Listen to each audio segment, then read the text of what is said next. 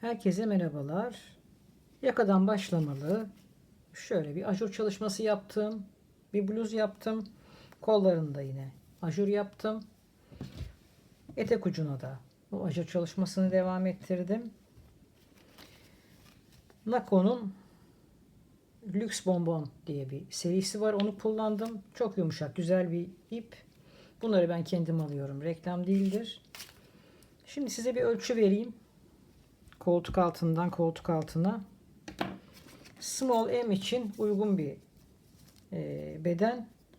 3,5 numarada tığ kullandım. Şöyle koltuk altından koltuk altına 46 santim olmuş.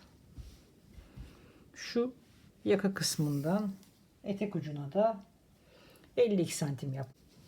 Kollarını şöyle çalıştım. Buraya böyle lastik yaptım. Sık iğneden. 5 tane ipimden bu kaldı. Yani 5 tane ip gitti.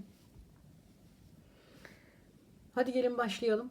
Hem başına hem sonuna fotoğraflarını koyarım. Şimdiden kolay gelsin. Üçün katlarında zincir çekeceğim. Şöyle örneğim var önümde ve başlayacağım. 87 tane zincirle başlayacağım. Ve şöyle zincirlerimi çekiyorum. Eğer eliniz çok sıkıysa bir numara büyük tığla yapın. Şurada çektiğiniz zincir kadar boşluk olsun. Yani şöyle dibinden çekmeyin.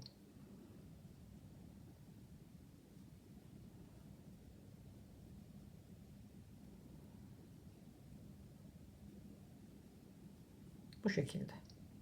Zincirimi çekip geliyorum. 87 tane zincirimi çektim. Bir tane de fazla çekiyorum birleştirirken. Şöyle düzeltiyorum. O bir tanesinin fazla çektiğimi şurada bir tanesinin içinden giriyorum sağlam olsun diye.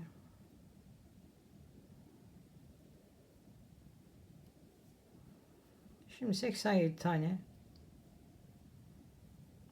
tekli trabzan yapacağım. Doladım. 1 2 3 87 tane yapıyorum. Tekli trabzanımı şu başlangıçta görüşelim. Evet, 86 tane yaptım. Şimdi 87. yapacağım. Ondan önce şöyle kontrol ediyorum. Düz olduğunu kontrol edin. Tekli trabzanımı yapıyorum. Bağlantımı yapıyorum.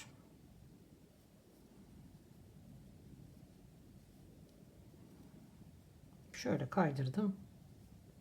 Bir üst tura çıkıyorum. 1 2 3. Şimdi doladım. Bir tane atladım. Yanına bir tane ikili trabzan. Bir tane boşluk atladım. Yanına bir tane daha ikili trabzan. 3 zincirle yukarı çıktım. Bir tane tekli trabzanı atladım. Yanına ikili trabzan, yanına ikili trabzan. Bir tane zincir çektim. Doladım. Şurada ayırdığım geçtiğim bir tane zincir vardı. Doladım. Oraya giriş yaptım. Bakın doladım. Oraya giriş yaptım. Beklettim. Doladım. Beklettim. Doladım. Beklettim. Şimdi burada ipinizin kalınlığına göre 3 ya da 4 kere şurada bu işlemi yapın. Ve hepsinden çıkardım. Doladım. Bakın şuradakini görüyorsunuz. Bu yaptığım daha önce yaptığım ikili trabzanın gözü. Bir tane atlıyorum. Hiç zincir çekmedim. Bu değil. Bir tane atlıyorum. Yanındakine ikili trabzan. Yanındakine ikili trabzan. Bir tane zincir doladım. Bir zincir çektim ve atladığım zincire geri dönüş yaptım. 1 2, 3. Ben 3 kere de toparlıyorum. İpiniz ince ise 4 kere de toparlarsınız. Hepsini birden çıkarttım. Zincir çekmedim. Şunu, bu yaptığım trabzan, bir tane atlıyorum. Yanındakine ikili trabzan. Yanındakine ikili trabzan. Bir tane atlıyorum. Yan yana 2 tane ikili trabzan yapıyorum. Bir zincir çekiyorum. Ne yapıyorum?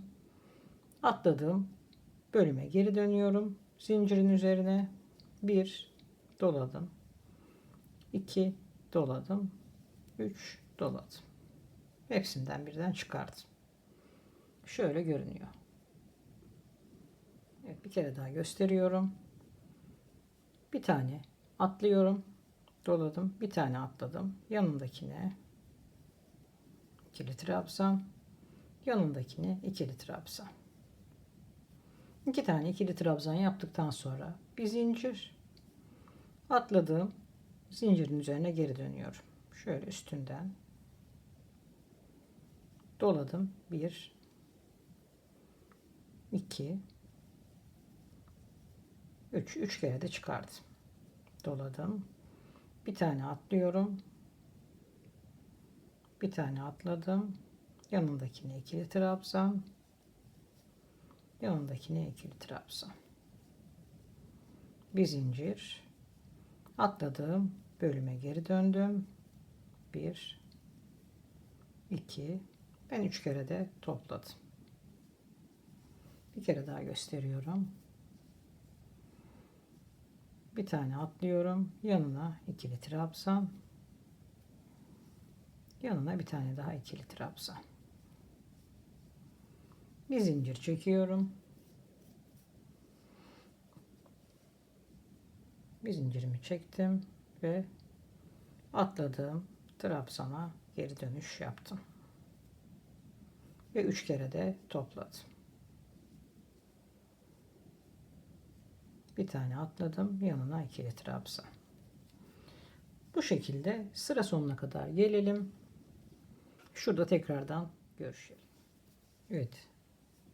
Başlangıca geldim. Şurada bir tane tekli trabzan boşluğum kaldı. Doladım. Onu atladım. Ve şu bölüme kaydırarak geçiş yaptım. Şimdi şuradaki yaprak modelini şu şekilde verebilmek için geri döneceğiz. 1 2 3 örneğimi geri gönderdim. Örneğimi geri döndürdüm. Doladım. Nasıl yapmıştık? Bir tane atlamış, yanına 2 tane ikili trabzan yapmıştık. Bakın burada ne var? 1 2 3 tane göz var. Şimdi ne yapıyorum? Bir tanesini atlıyorum. Yanındakine ikili trabzan. 1 yanındakine 2. Bir zincir çektim, doladım. Şu ilkinde hemen şu atladığım bölüme giriş yapıyorum. 1 2 3 ve çıkarttım. Şimdi yeniden göstereceğim. Şimdi şu son yaptığım ikili trabzan, şuradan itibaren 1 2 3 tane var. Ne yapıyorum? Bir tanesini atlıyorum. Diğerine 1 2 zincirimi çektim ve hemen şuradaki boşluğa 1 2 3 doladım. Buraya atladım.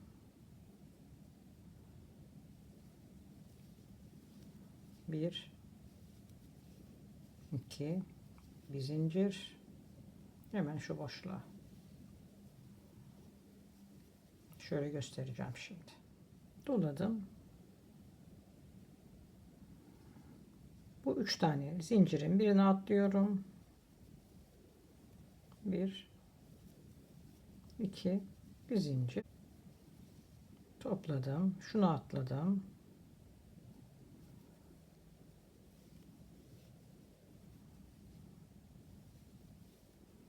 2 bir zincir. Şöyle yaprak modellerim çıkıyor bakın. Bir kere daha gösteriyorum. Şu boşluğum. Burada zaten ikili trabzan yapmıştım. Şunu atlıyorum. Hemen yanındakine. 1, 2. Yani 3 tane şuradaki gözün birini atlıyorum. 2 tane ikili trabzan, bir zincir. Şu atladığıma ya da şu boşluğa, ben boşluğa yapıyorum. 3'te topladım. Fıstık. Bir tane atladım. Hemen yanındakine. 1, 2. Bir zincir ve boşluğa.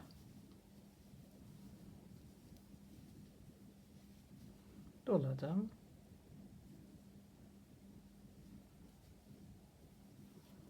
Bir, iki tane ikili trabzan, bir zincir, 1, 2, 3.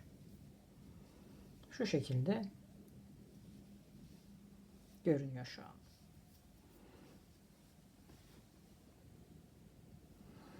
Evet. Sıra başındaki son bölüme geldim. 2 tane ikili trabzanımı yaptım. Bir zincir doladım. Şu boşluktan 1, 2, 3. Ve bu bölümle tutturacağım şimdi. Başlangıcıma.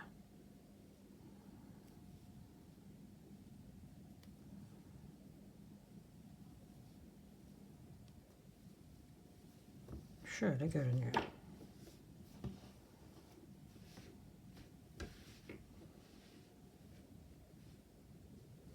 Döndürüyorum. Yeniden döndürüyorum. 1, 2, 3. Döndürdüm. Şimdi bakın arttırma yapmaya başlayacağız. Şu benim ilk 3 tane zincirim. Bunların üzerine 3 tane. Boşluğa bir tane. 3 tane. Boşluğa bir tane ikili trabzan. Doladım. Şuradaki 3 tane. Yani bu sizin ince ipiniz ve 4 kere dolamışsanız da yine aynı mantıkla devam edin. 1,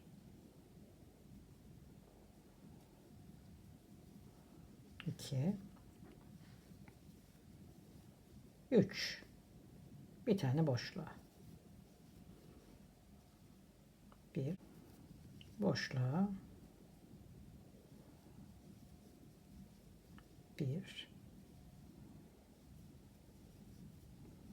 2,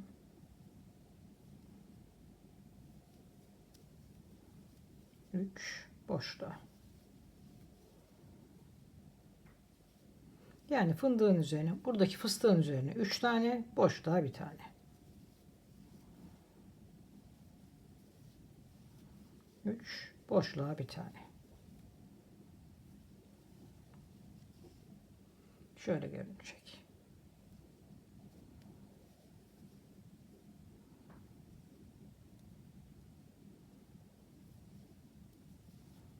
Bir,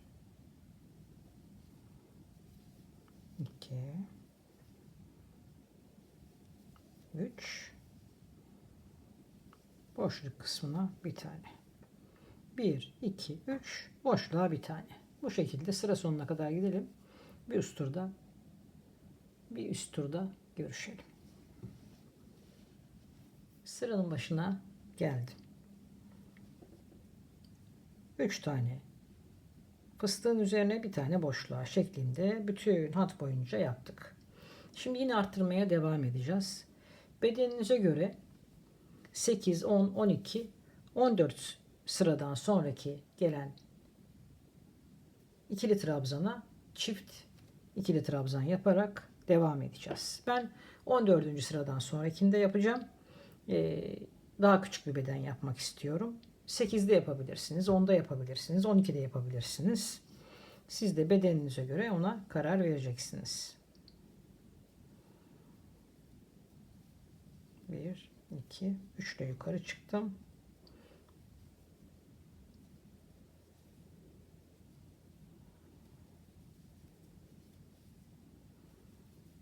2 3 4 5 6 7 8 9 10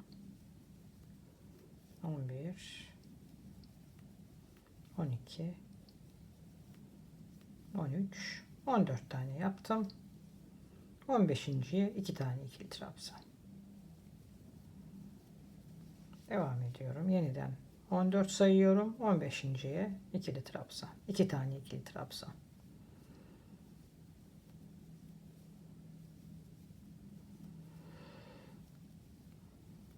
5 6 7 8 9 10 11 12 13 14 15.'ye 2 tane. 15.'lere 2 tane ikili trabzan aynı göze yaparak sıramızın sonuna doğru söyleyeyim size son gruba. Bakalım ne kadar kalacak burada. Son bölüme geldim. 14 taneden sonra 15.'ye gene çift ikili trabzan, arada kalanları örüyorum. Ne kadar kaldıysa. 1 2 3 4 5 6 tane kalmış. Ve baştaki 3 tane zincirimin olduğu yere tutturdum. Şimdi bu sırada şu çalışmayı yapacağız.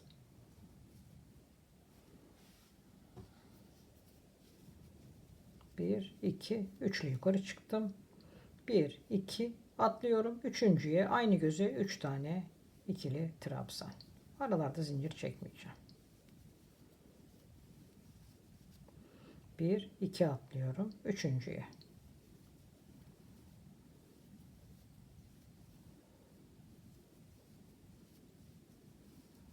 Bir iki atlıyorum. Üçüncüye aynı göze 3 tane ikili trabzan. Bu sıramız bu şekilde. Bu sıradan 2 tane yapacağız. 1 2 üçüncüye. Aynı göze 3 tane ikili trabzan. 1 2 atlıyorum. Üçüncüye.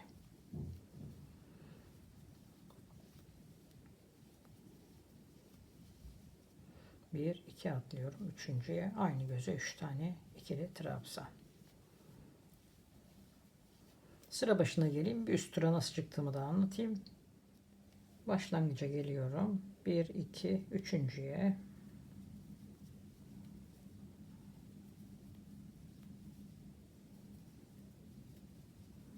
Bir tane kaldı. Önemli değil. Şurayla birleştiriyorum.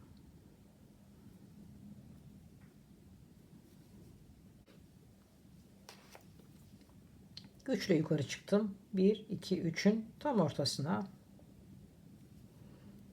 aynı işlemi yapıyorum. 1 ortasındaki ikili trabzana 3 tane ikili trabzan yapıyorum. Bu 3 tanesinin tam ortasına.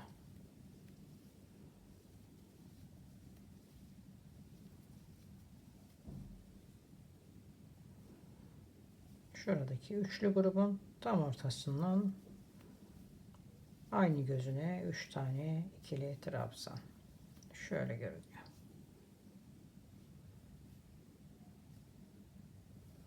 Aynı şeyi yapıyoruz. 3 tane grubun tam ortasına. Aynı göze 3 tane ikili trabzan. Şimdi bu sırayı da yapalım.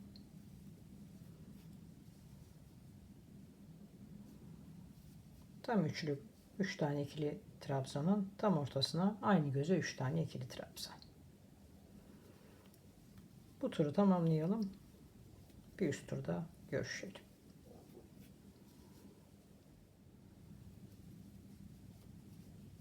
Sıra sonuna geldim. Şu üçlü trabzanla bağlantımı yaptım. 1, 2, 3 ile yukarı çıktım. Şöyle yapıyoruz. 3 tane ikili trabzanımı yapıyorum. Birincisini,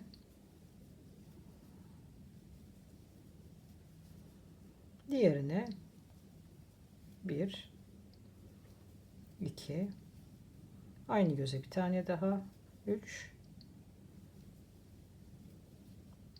birini 3, birini 4 yapıyorum yani. Bunu 3,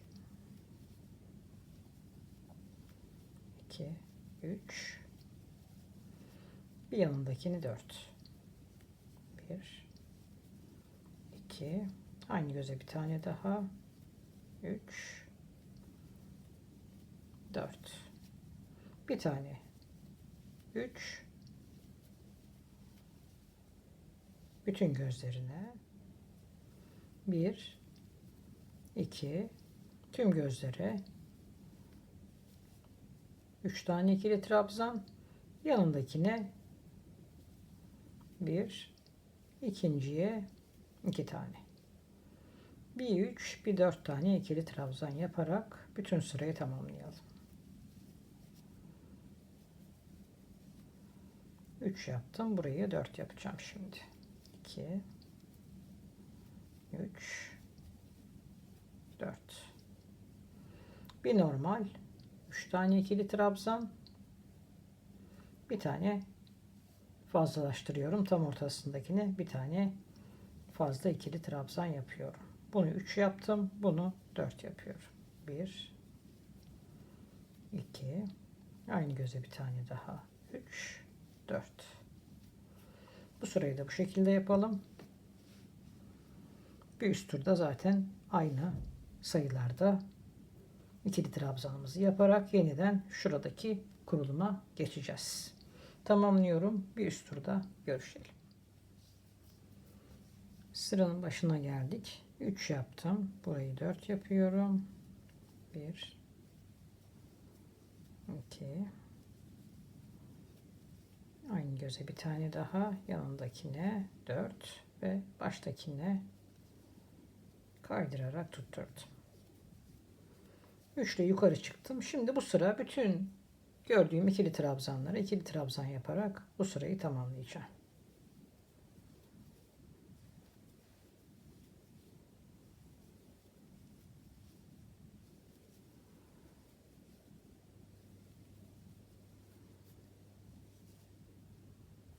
Bu sırayı her birinin üzerine birer tane ikili trabzan yaparak tamamlayalım.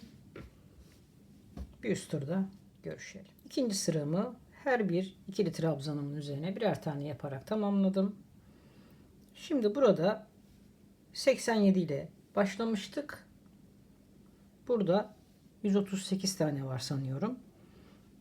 Sizinki de ben 14 sırada bir arttırmıştım biliyorsunuz burada yerleşimimi. 8, 10, 12 sırada bir arttırdınız. Sizin kendi bedeninize göre buradaki artışlar tabii ki sayıları farklı olacak. Buraya ben şimdi yeniden şuradaki modelimi kuruyorum. Her seferinde size hatırlatacağım gene koltuk altı kol beden ayrımına kadar.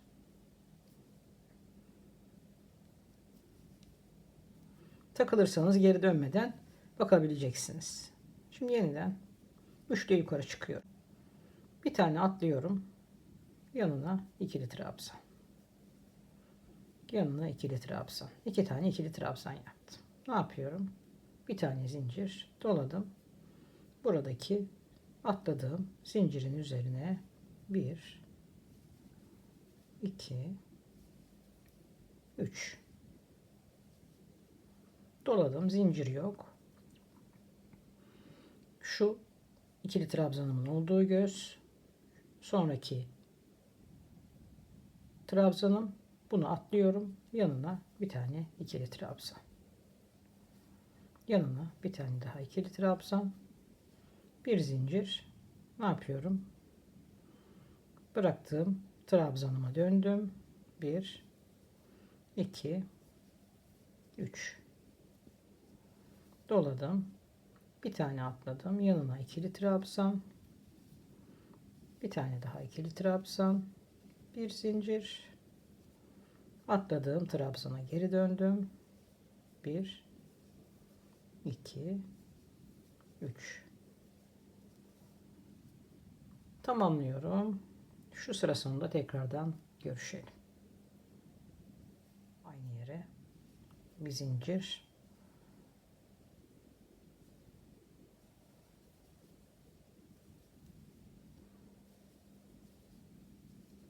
Ve başlangıç zincirime bağlantı yaptım. Şimdi burada bu sırayı tamamladık. Şimdi bu sıradan sonra ne yapıyorduk? 1 2 3 ile yukarı çıktık ve tersine döndürdük. 3 tane ikili trabzanım var. Yine aynı şeyleri yapıyoruz. Bir tane atlıyoruz.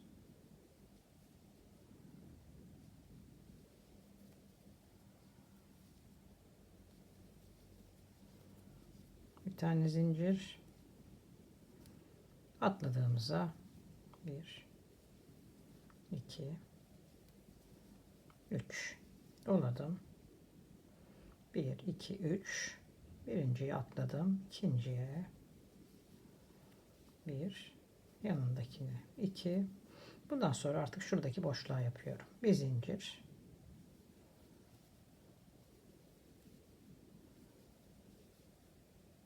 Doladım. 1 2 3 ikinciden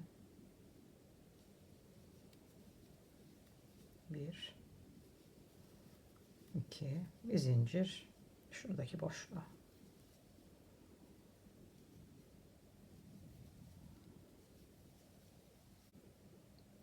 Tamamlıyorum sıramı.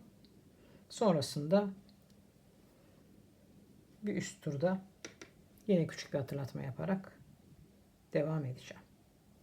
Sıranın sonuna geldim.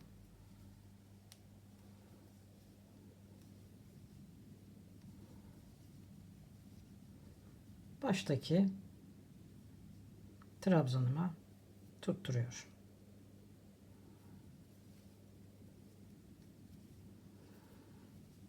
Ne yapıyorum şimdi? Şu an tersteyim. 1 2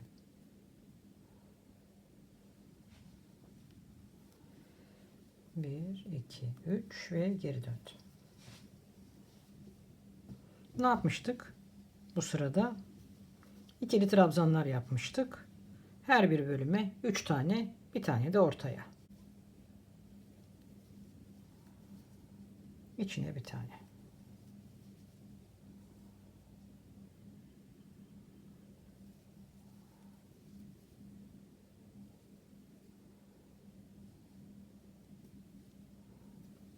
İki, üç. Şu ortasına da bir tane.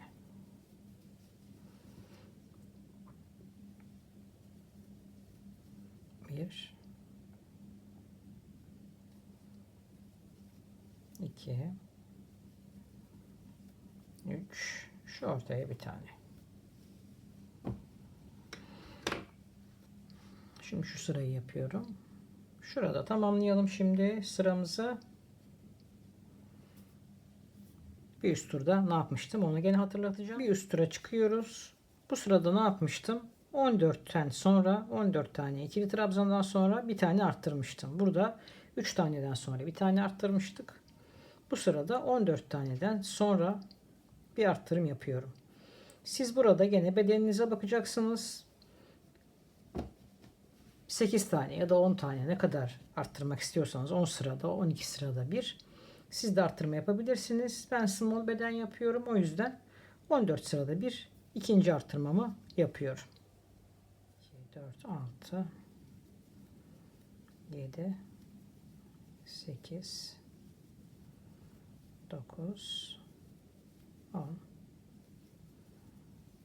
11, 12, 13, 14. 15.'ye 2 tane. Bu şekilde bu sıramızda tamamlayalım. Bir üst turda yeniden şunu hatırlatacağım. 3 ile yukarı çıktım. 1 2 atladım. Üçüncüye aynı göze 3 tane.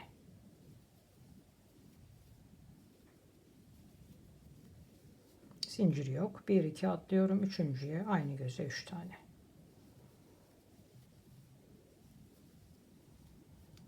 Bu sıramızda bu şekilde yapalım. Bir üst turda görüşelim. Birinci sırasını bitirdim. Bu üçlü çalışmanın. Ne yapıyorduk ikinci sırasında? Tam ortasına gene aynı 3 tane ikili trabzanı yapıyordum.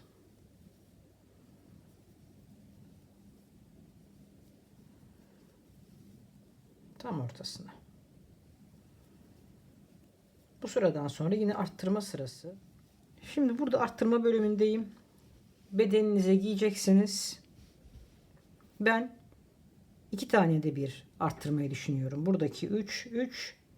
Diğer 3'te arttıracağım. 2 tane 3'ü öreceğim. Diğerini de arttıracağım. Geçen sefer ne yapmıştık? Bir tane 3'ü örmüştük. Buradakini de arttırmıştık. Diğer 3'ü örmüştük. Buradakini de arttırmıştık. Şimdi 2 tane 3 örüp arttıracağım ben. Ama siz bedeninizde daha istediğiniz genişliği elde etmemişseniz aynı yukarıda anlattığım mantıkla devam edebilirsiniz. Şimdi ben burada bu 3'ü örüyorum.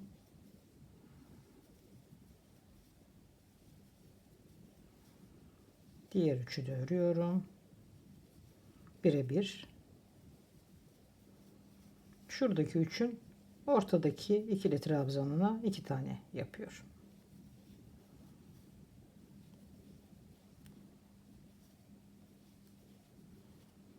Yeniden 2 tane örüyorum.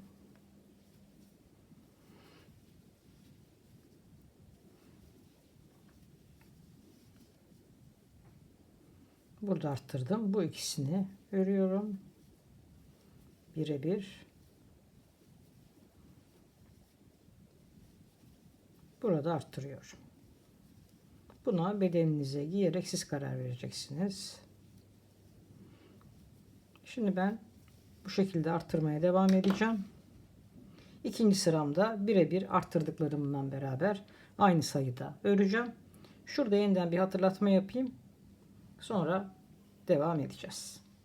Evet. Arttırma kısmımı yaptım. Diğerini ördüm. İkinci sırayı. Şimdi şuradaki yapraklarımızı Şimdi bu yaprakları yaptıktan sonra da biliyorsunuz burada bu yaprakların arasına da birer tane 3 tane de bir arttırma yapmıştık. Artık ben onu yapmayacağım. Şimdiden söyleyeyim. Denedim. Benim için yeterli. Beden genişliğine ulaştı. Sizler yine deneyeceksiniz. Ve arttırmanız gerekiyorsa arttıracaksınız. Şimdi şurada yaptığımız sıramızı yapacağız. İkili trabzanlarımızı ama bir arttırma yapmayacağım ben. Siz bedeninize giyin. Şöyle kollarınızın altından tutun. Eğer daha geniş bir beden istiyorsanız burada yaptığım gibi benim buralardaki bölümlere de birer tane ya da 2 tane de bir arttırarak sonra bir tane arttırmıştım. Siz dilerseniz yine o kadar arttırırsanız geniş beden yapacaksanız yoksa biraz daha arttırmaya ihtiyacım var diyorsanız 2 tane ya da 3 tane de bir arttırma yaparak devam edebilirsiniz. Ben şimdi hiçbir arttırma yapmadan de buradaki 3 taneye 3 tane yapıyorum.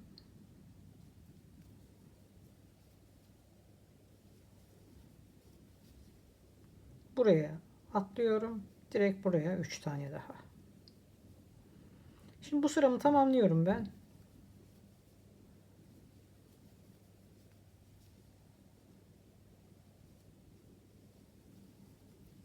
Bir,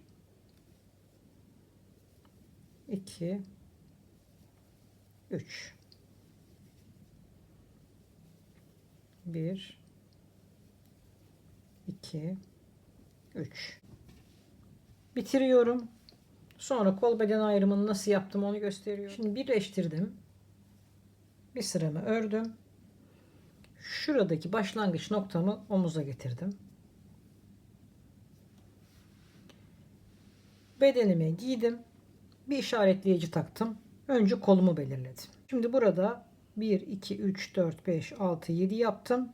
Bir tanesini buraya bıraktım. 8.'yi bir tane yaprağı. Sonra yeniden 7 saydım. 1, 2, 3, 4, 5, 6, 7.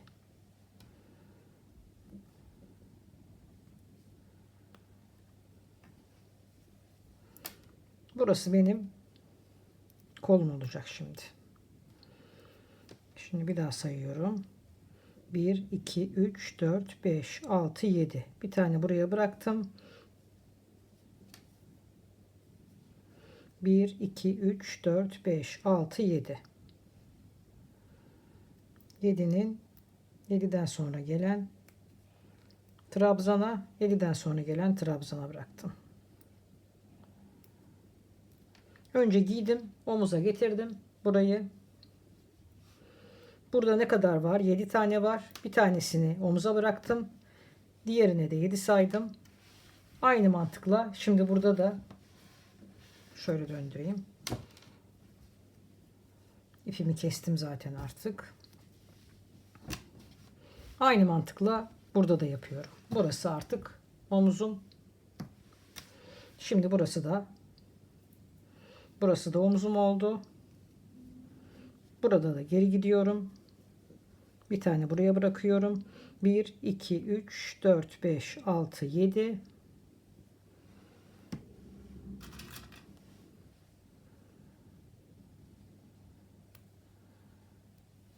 1, 2, 3, 4, 5, 6, 7. Şu bir tanesini oraya bıraktım.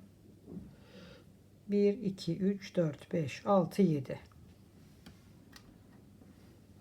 Şimdi bademlerimiz olduğu için, buradaki yapraklarımız olduğu için tabii daha kolay bir ayrım yapıyoruz. 7 tane yaprak buraya bıraktım. Bir tanesini omuza bıraktım. Sonra bir tane daha 7 yaptım.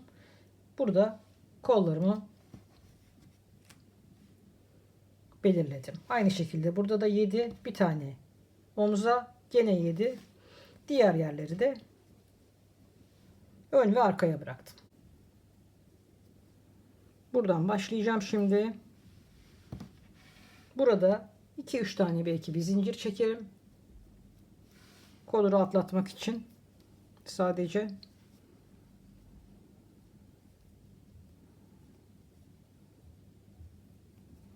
Trabzanlarımı yapıyorum.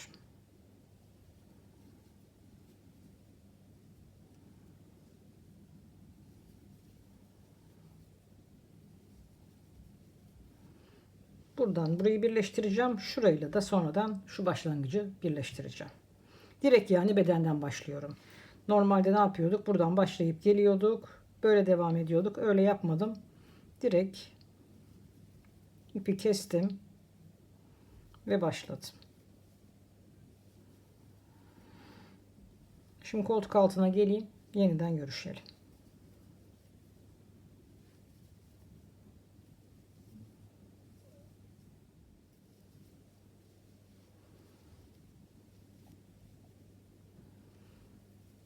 Koltuk altı bölümüne geldim. Şimdi 1, 2 tane, 3 tane zincir çekiyorum ve diğer boşluğa geçiyorum. Minik bir geçiş yaptım. Kol rahatlasın diye.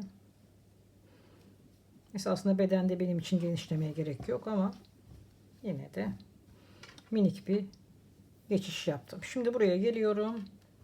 Burada da aynı şekilde 3 zincirle şuraya bağlantı yapıp ben devam edeceğim. Artık kolumuz bedenimizden ayrıldı bakın. Şunları buradan çıkarabilirim artık.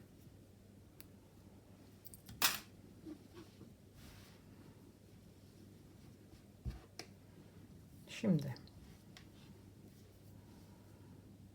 devam ediyorum. Ben şimdi evet işaretleyicimin olduğu bölüme geldim ve burayı da birleştireceğim şimdi. Başlangıç noktam burasıydı. 3 tane zincir çektim, doladım ve burayla birleştirdim. Şöyle tekli trabzan yaptım, birleştirdim. Artık döne döne gideceğim. Bu benim başlangıcım. Bu da burada kalsın. Tur bir başlangıçlarım olur.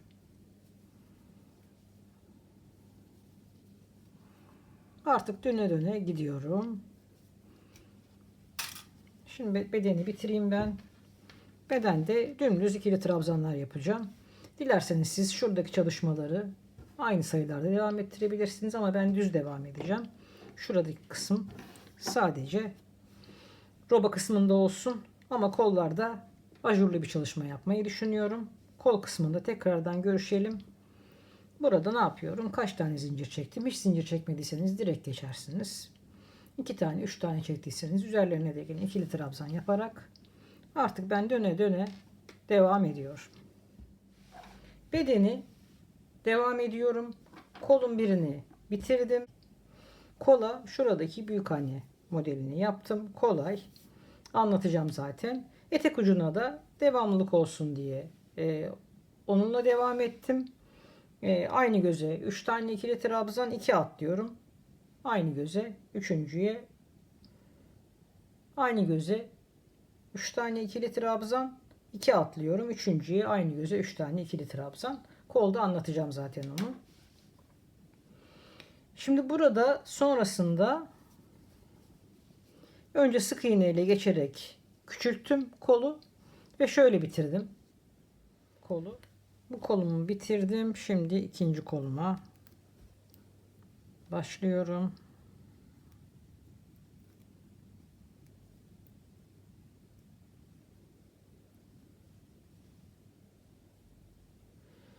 Bu kolda direkt şuradaki çalışmayı yapacağız. Onunla başlıyorum kurmaya yani. Bir sıra şey gitmeyeceğim. Şu ortadaki şuradan göstereyim. Şu bölümden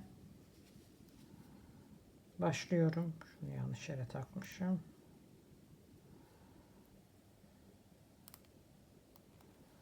Şu bölümden başlayacağım. Direkt aynı sayılarda, diğer kolumda yaptığım sayılarda bu ajuru çalışacağım. Aynı göze 3 tane. Tam koltuk altından çalıştım. Şuradaki 2'yi atladım. Aralarda zincir yok. Aynı göze 3 tane.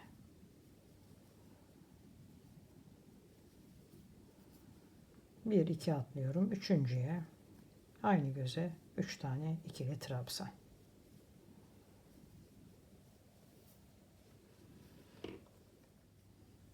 Bir iki atlıyorum. Üçüncüye aynı göze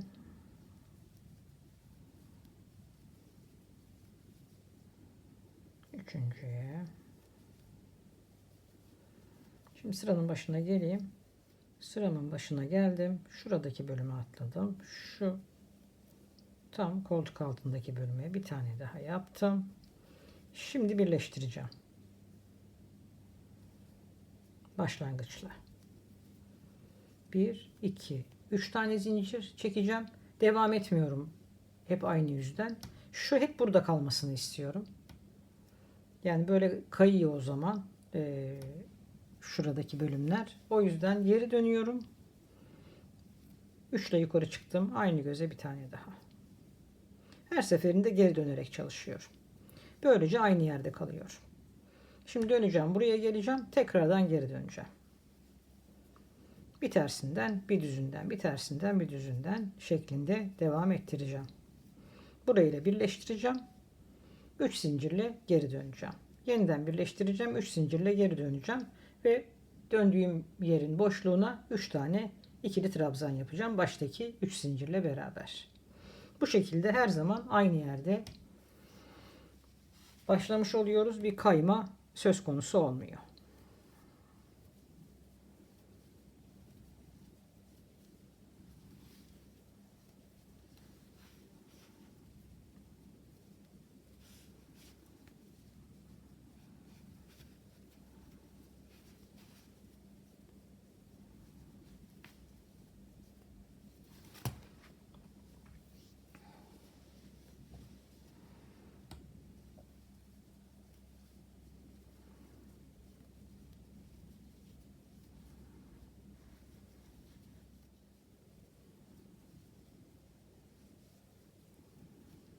Başlangıca geldiğimde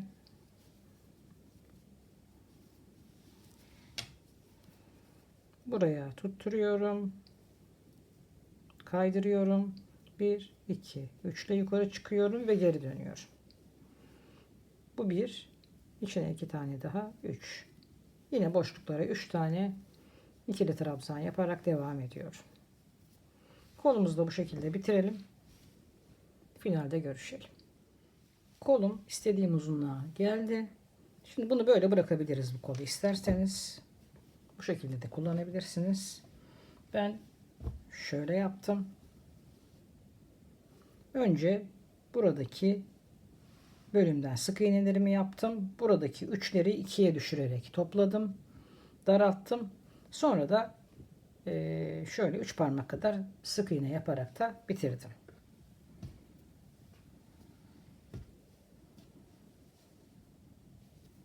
Başlangıcıma geldim. Şöyle bir tane zincir çektim ve sık iğneler yapıyorum. Dilerseniz hiç böyle daraltmadan da sık iğne yapabilirsiniz. Ben bu üçleri ikiye düşürerek toparladım.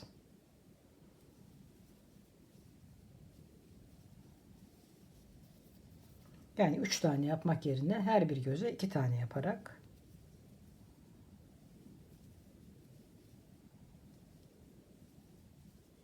toparladım. Burada 3 tane trabzanın üzerine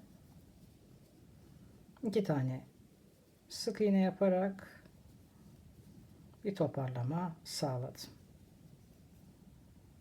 Siz de benim gibi isterseniz bu şekilde yaparsınız. Yoksa birebir sık iğne yaparak da formunu bozmadan lastikte yapabilirsiniz. İlk sıra şöyle bir küçülme sağladım. Şimdi yeniden devam edeceğim küçültmeye. Şöyle birleştirdim.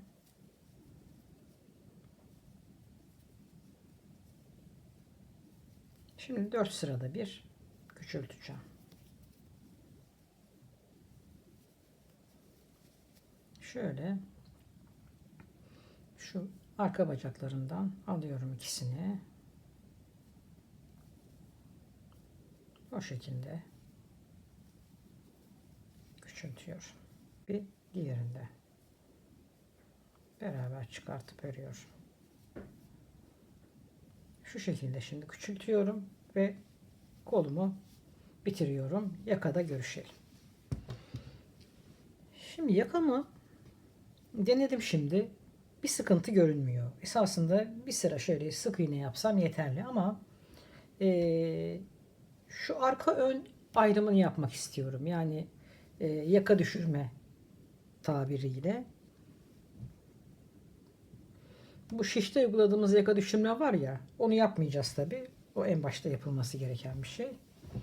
Biz şimdi önümüzü belirleyelim. Ben burayı ön olarak kullanacağım. Onu çeviriyorum arkaya. Şurada 2 sıra ya da 3 sıra sık iğne gideceğim. Şu kenardan giriş yaptım. Yani şuradaki omuz çizgisinden bir parmak daha geriden 3 sıra yapacağım ya. Her seferinde buraya dönüş yapacağım. 1, 2, 3.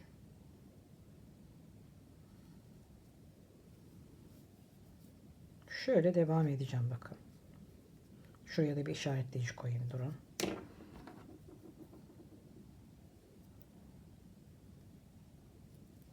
Şuraya bir işaretleyici koydum.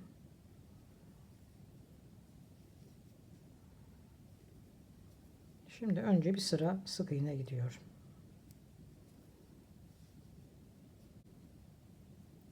Şuradan bir tane ilerleyeceğim, geri döneceğim. Bir tane daha ilerleyeceğim, geri döneceğim. Bir tane daha ilerleyeceğim, geri döneceğim. Böyle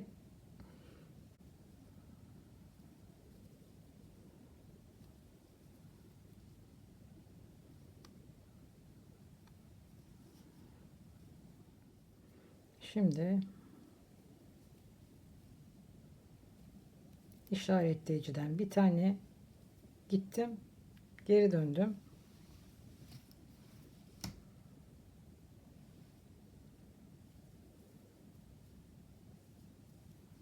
Şimdi burada da işaretleyicimden geri gideceğim.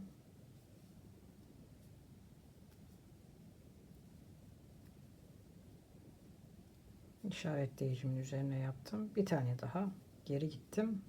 Hiç şey çekmiyorum, zincir çekmiyorum. Şimdi bir kere daha gideceğim. Sonra bir tane daha ilerleyeceğim. Geri döneceğim ve tamamlayacağım. Bu kadar. Bir tane daha yaptım ve geri döndüm. Sonra artık direkt sıfırlamış olacağım. Bakın şurada şöyle bir minik bir, bunu daha da yüksek yapabilirsiniz. Şurayı açmak isterseniz. Deneyin bedeninize. Ben artık geri döneceğim. Şuradan yeniden geri dönüyorum şimdi ve başladığım yerden tamamından bir sıra sık iğne yaparak kapatıyorum. Şimdi geri döneceğim.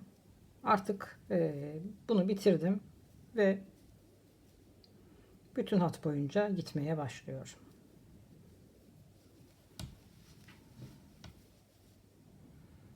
Burada ne kadar isterseniz uzatabilirsiniz. Buradaki yakayı. Sanıyorum bir sıra daha yaparım ben ve bitiririm. Arkası daha yüksek, önü daha alçak oldu. Boğazıma yapışmayacak. Bitiriyorum. Finalde görüşelim. Kazağımız bitti. Umarım beğenmişsinizdir. Yapacaklara şimdiden kolay gelsin. Kendinize iyi bakın. Sağlıcakla kalın. Hoşça kalın.